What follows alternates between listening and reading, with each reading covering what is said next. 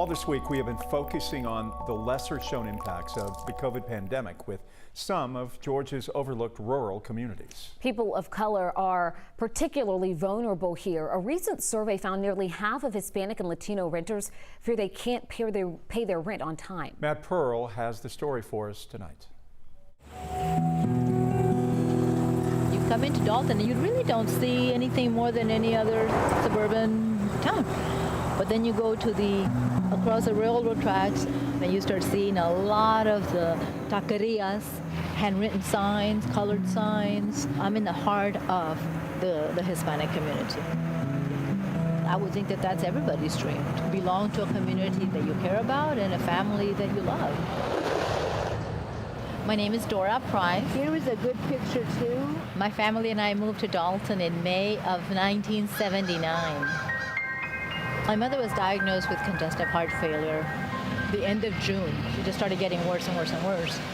Family, friends were there to say their farewells, eating together around the table, talking, and doing what we weren't supposed to do. You know, we defied the recommendations of COVID protection. 19 of us ended up getting infected. My little brother, Julio. She's gone and he's barely here.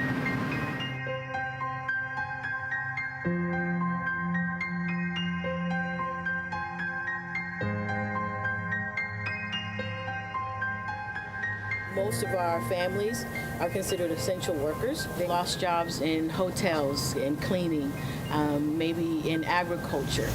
This is the carpet capital of the world. Sometimes they are working 7 days a week nonstop, 8, 10, 12-hour shifts.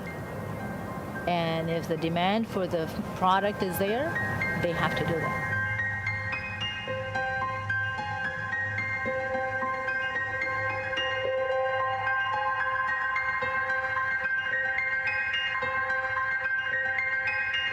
There is a disconnect and distrust with our healthcare system here. When you go to the health department and they have to pass the jail, our community has been attacked in a very negative way. They are the workforce of this community, and in spite of all of that, never been recognized for their contributions.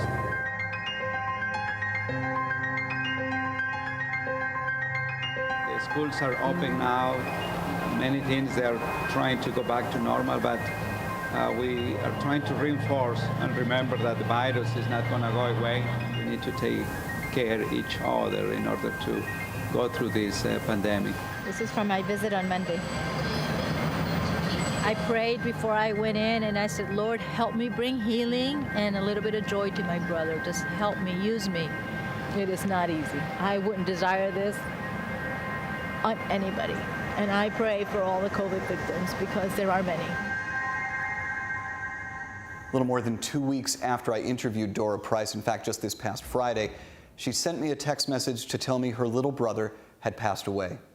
Julio Salazar was 55 years old, one of now nearly 8,000 Georgians who have lost their lives to COVID-19.